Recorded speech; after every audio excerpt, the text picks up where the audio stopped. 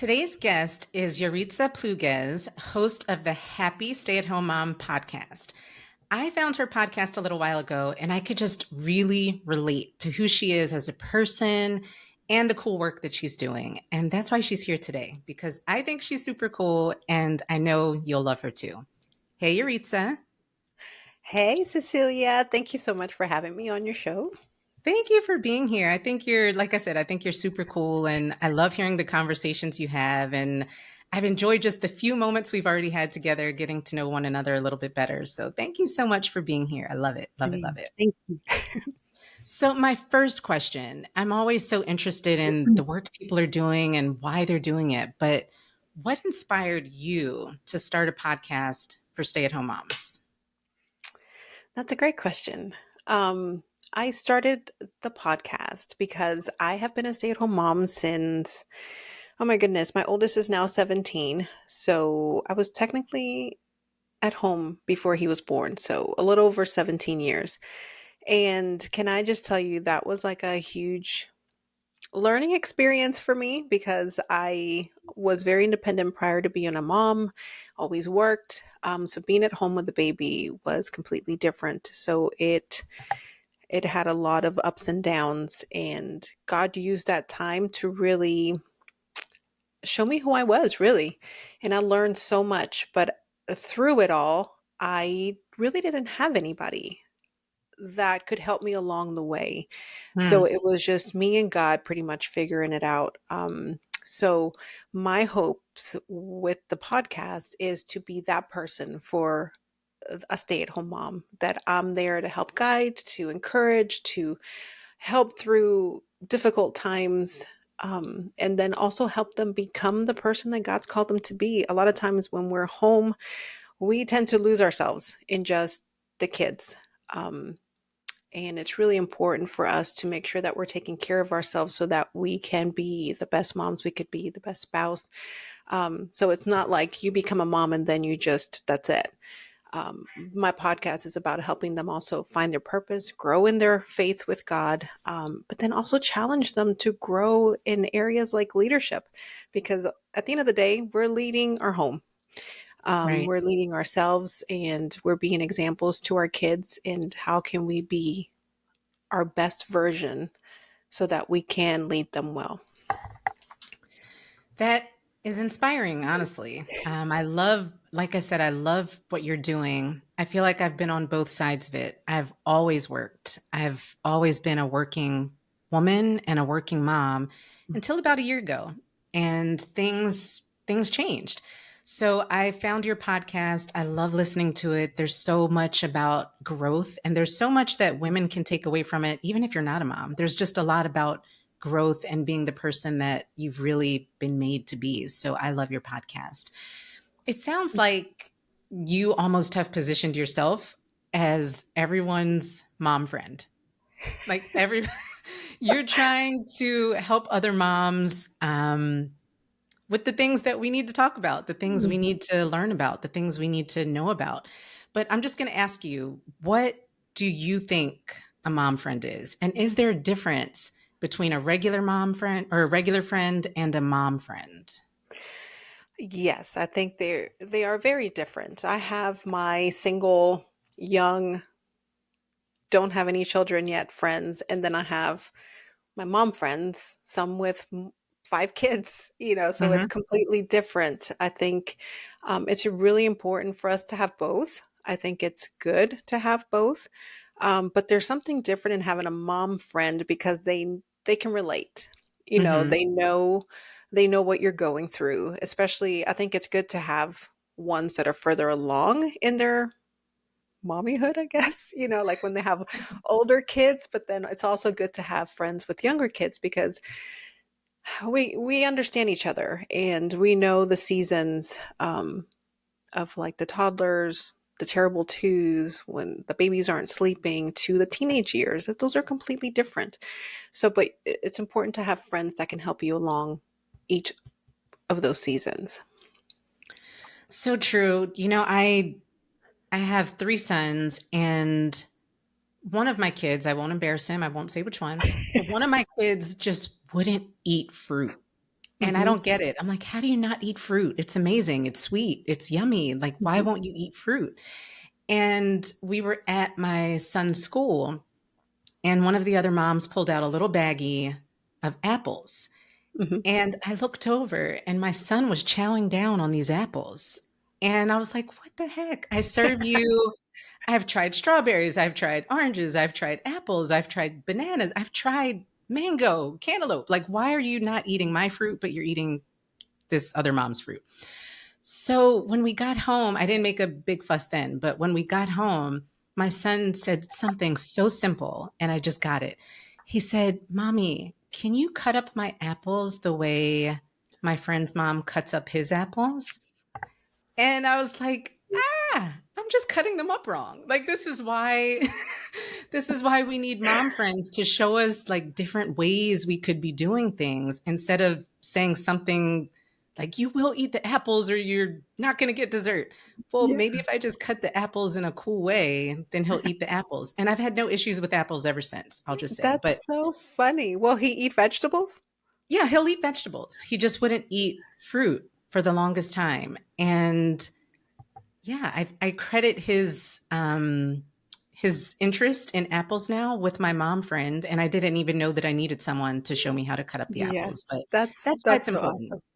Yeah, Yeah, it's that's so so awesome. important. It's funny, and maybe because it wasn't coming from you, it's because it came from somebody else. A good point too. And sometimes that's how it is, just knowing that someone else does it, Mm. and if you trust that person, you're like, yeah, please give him the apples. Please give him the cranberries, like whatever. Just make sure he eats something healthy. So I agree. It's so important to have mom friends, and not just mom friends, but at the different at the different stages for Mhm. sure. So I guess I'm kind of wondering, we've kind of gone through that it's definitely important to have mom friends, but not everyone thinks it's easy to make friends as a mom. And I'm kind of curious, did you think it was easier as a mom to make friends, or do you think it's harder to make friends as a mom? Honestly, I felt like it was way easier before I had kids to make Hmm. friends because I was just so independent. I don't know, I just felt so carefree. And then once I became a mom and was at home a lot, and I don't know, I guess it took me out of the circles that I was before that stage. Hmm. That I don't know, I think maybe because it messed up with my identity, that it felt harder to make friends as a mom. Like this shift that I just didn't quite understand, or had a hard time transitioning into this role, that I found it harder to make friends. But I mean, but I still made a point to make friends because it gets lonely, especially being at home all the time. It can get really, really lonely. Yeah. You mentioned a couple times now kind of the identity piece, maybe Mhm. losing your identity in motherhood, not fully understanding or walking in your full purpose. I think a lot of people find purpose and meaning in being a mom, but there's this other side to our person that we still want to be that too. So, can you just talk more about that? What you think it means to lose yourself or to lose your identity as you've become if you've become a mother or when you become a mother. I think when you become a mom, you put so much focus into your child, almost a little bit, and like not in a healthy way. Like everything becomes about the baby. And Yeah. I think to an extent, that's when you begin to lose who you are because you're just putting all the attention into the baby. Sometimes, marriages can suffer because of that, because a mom just becomes so child focused. And through the transitioning of being a new mom, because it is a huge transition, you just forget about yourself. That's why I feel like you lose who you are. You lose the things that you used to do. You lose the friendships you used to have before because they're just in different seasons, different stages. So it's just a hard transition. So that's why I think it's so important to. It's okay to be child focused. Obviously, your mom, they're your priority, but at the same time, you're also a priority. Because if you're Yeah. not healthy, and if you don't know who you are, and if you don't know what you stand for, what's okay, what's not okay, if you're not having fun, if you don't have, let's say, like a life of your own, it's just not healthy overall, even for your child. Even though you think you're doing it from a good place, that it's all about the child, I think the child also needs, hey, mom, I need some space, like I'm okay. Even when they're babies, even when Yeah. they're toddlers, it's okay to give them space. They don't have to be on your hip 24/7. I don't think that's healthy. I think I think that's when we can begin to separate mom and you as a person. You have to take care of you as a person, so then you can be a better mom. I hope that makes sense. It does, and I can completely relate to that. You said so much there. You really truly did. I mean, I think your podcast is about being a stay-at-home mom, and I told you I've been on both sides. Mhm. And I think I never wanted to stop working because I was terrified I would lose my identity. I would lose who I was. And then at some point, I realized too much of my identity was wrapped up in, well, I do this, I work there, I dot, dot, dot, So there has to be balance. And that balance is different for everyone. But I know that part of why I continued doing some of the things I did was because I was scared to lose identity. And to be honest, in some ways it still happened because then you're splitting your time between work and trying to be a mom and trying to be a wife and do all the things. And there's no time, there's Mhm. zero time for you in that situation. For me, that was my case. Um, yeah, so it still to some extent happened. And I think it's a little bit natural for it to happen because you're meant to keep this other person alive. I mean, Mhm.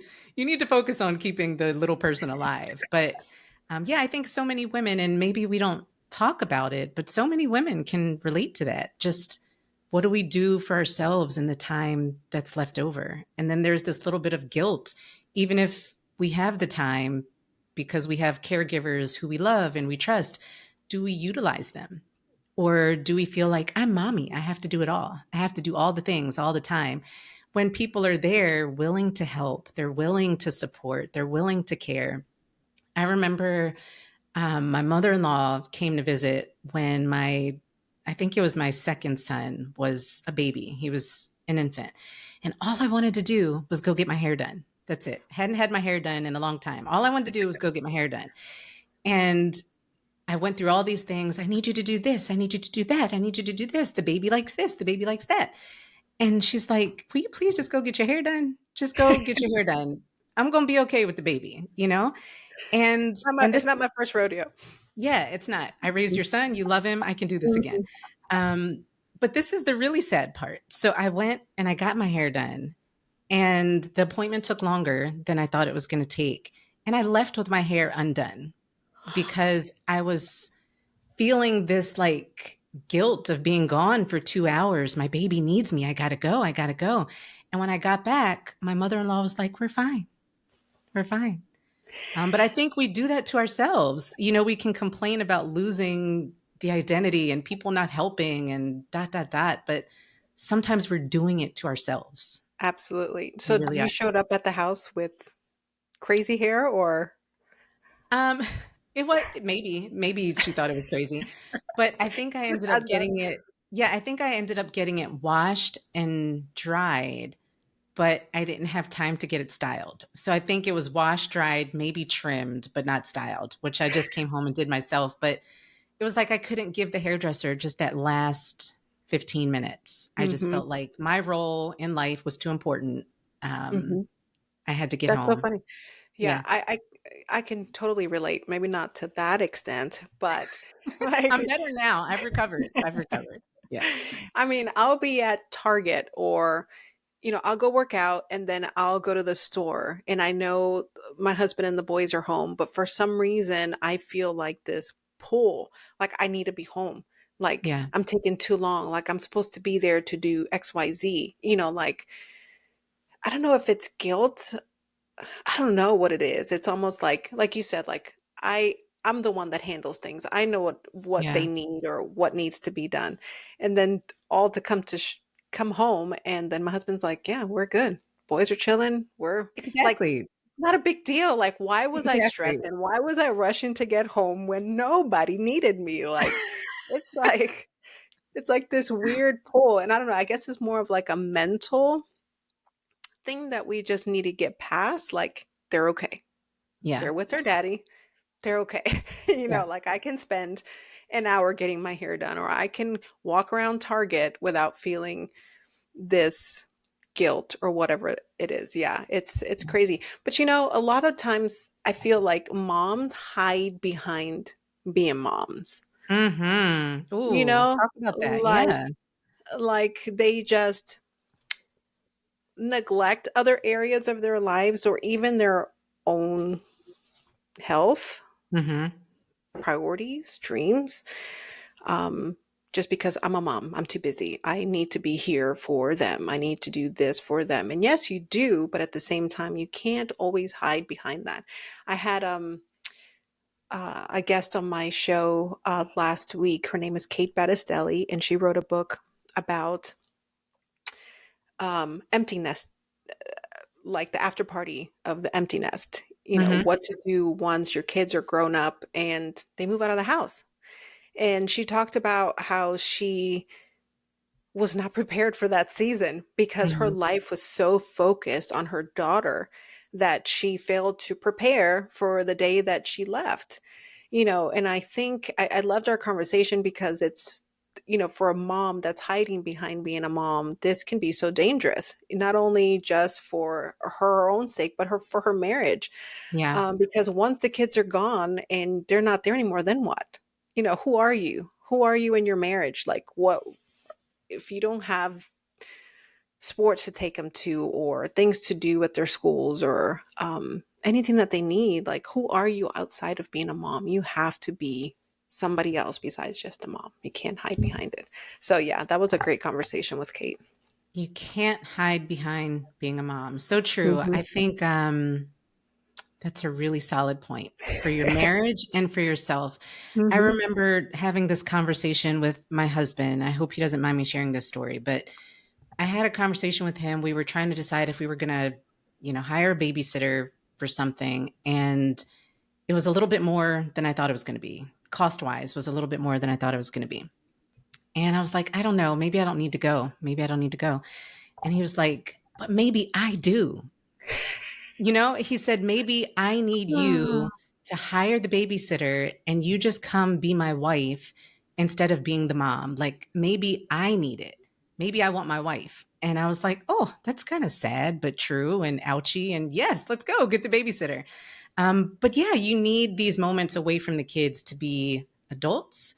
And if you're married, to be married people. Like, you need time away from the kids. It's healthy for everyone. Healthy for everyone. Yes, absolutely. Absolutely. Oh, I feel like this is kind of some sort of mom therapy session. So thank you for being Yeah. my new mom friend today. I think we've answered like all of my questions in our natural conversation, but just a couple more, maybe some that are kind of fun. How do you make friends? I think you seem to be a very friendly person, a very intentional, thoughtful person, but how do you make friends? I am. I feel like I'm very intentional of talking to people, or Mhm. even if it's just complimenting something about them, just smiling, just making a point to just be friendly. Yeah. So that's how it originates. And then I usually ask him out to coffee, not in a creepy way, but, Mhm. um, but when my boys were younger, um, we went to the library. I loved the Yes. library. We would do story time, and that's where I met most of my friends, was at story time because our kids were the same ages and we were there every week. So after story time, we'd go to the park and let the kids play. We'd sometimes have lunch. So that was like the first place. But then also at church, part of a small group. I volunteer at the church, so that helps also meet people. It's just getting out there and doing Get things, out. and then Yep. being friendly and not like on your phone, not wanting to talk to people. Like Yes. put the phone down and look to the people around you and actually speak to them. And you'll be Yeah. surprised. You make some really nice friends. Yeah. Yeah. You got to put the phone down. You have Yes, to. Yeah. absolutely. Well, what advice do you have for a mom who maybe feels a little bit lonely or a little bit isolated? And like I said, I've been on both sides. It can happen as a stay at home mom or a working mom. What advice would you have as she's trying to figure out kind of like how to find herself, how to find connection with other people? She knows she's lonely. She doesn't know what to do about it. What advice would you give her? That's a great question because I have been that person many, many, many times. And with my personality, I call myself an introverted extrovert because I love my alone time, but I also love to be around people. So when Me I'm in too. my introvert stage for too long, it's not healthy. Yeah, If when I'm just home with the kids or just that isolation begins to kick in, um, it's dangerous. Let me just say that it because is. all you want to do is just stay there. And then the negative thoughts start, and then nobody wants to hang out. Nobody wants to, like it all like spirals downward really, really quickly. So it has to be an intentional pivot when you feel that isolation and that loneliness starting to kick in to force yourself to get out of it. And then just, I don't know, go do something with somebody, get your kids together, go on a play date. It's really not hard. It's just a matter of, I think probably the hardest part is the actual making the decision to do it and then doing it and getting out of that funk because it's Mhm. it's what it is. Call somebody. It doesn't have to be a friend. It could be like a sister, mom, somebody that will help you get out of it. Um, it's really, really important because, yeah, it's dangerous. And I think a lot of moms struggle with that now with loneliness and isolation, but you have to be intentional. You have to be intentional about getting out of your world and being a part of something else. Something else that's also really, really important is about giving of yourself to something else. Yes. Like when you make a point to do something for somebody else or be there for somebody else or volunteer or I don't know, just get you out of self focus, all about Mhm. me. Forget about you and do something for somebody else. I Yes. promise you that works wonders. I mean, that changes your mindset, it changes your attitude, and it'll get you out of that funk really, really quickly. That's some of the best advice I've ever gotten in my life. My husband and I were newly married. I was 23, and we were having dinner with one of my mentors. And she said, not every single day of marriage is going to be perfect. Not every day of your life is going to be perfect. When you feel that funk starting, and I don't remember which phrase she used, but when you start feeling down, when you start feeling yourself get in a funk, she said, I'm telling you now, serve someone else. Mm. And she said it when I was 23 and I was in a very like happy place when she said it, but it stuck with me. It stayed with me. And I think it, not I think, it works. Mhm. I know that it works. And I'm not saying serve someone else or do something just to get the benefits for yourself, just to get out of your funk. But like you said, there's just something about focusing on someone else that has a way of making everything seem, putting it in perspective, putting in perspective. Absolutely. I think I heard it yesterday. I was watching something yesterday and they said helping others makes you happy. And it Mm, does. It's that yeah, simple. Helping that's others makes you simple. happy. That's Yeah, it. So just get that out of simple. yourself and go help somebody. Just go be kind to somebody. It doesn't even Yeah, have to be like hard. yeah, Just encourage somebody. Go be kind. yeah. Oh, I love that. All right, just for fun, Yes. what is one thing that you're secretly hoping, so it's not going to be much of a secret anymore, but secretly hoping someone gets you for Mother's Day? That's funny. I literally just thought about this yesterday. I I I work out a lot. I go to this gym called Burn Boot Camp, which I absolutely love. Um, and for different classes, I wear different shoes, like Mhm. for conditioning days and then strength days. and I have 2 pairs of these types of shoes, but I want another pair because I want them in black. So I want a pair of Nike Metcons in black. That's what Okay. I literally thought about that yesterday. It's like, that would be a good Mother's Day gift. I should tell my husband. I think you just told him. I know, I think so too. So make sure he listens to the episode. Make sure he gets, well, not make sure he gets you the shoes, but make sure he listens to the episode. What he Yes, does with that information is on him, but we tried. that's right. We definitely tried. Okay, Yaritza, thank you so much. This has been such a fun conversation, and I know you're a blessing to so many people. I want to make sure you're a blessing to my listeners as well. So, how can they find you? If they want to listen to more of your funny words and your wisdom about motherhood, where can they find you? They can find me. I'm on Instagram. It's the Happy Stay at Home Mom podcast on Instagram, and you can listen to the podcast on wherever you listen to your podcast. Mostly on Apple, and it's the Happy Stay at Home Mom podcast. The happy stay at home mom. I love it. Yeah. I just want to say, like, I want to be one of the first people to say Happy Mother's Day to you. You seem like a really, really great mom, and you're helping us become better moms as well. So, Happy Mother's Day to you.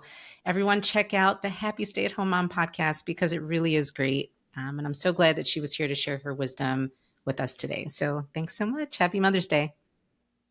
Thank you so much for having me. My pleasure.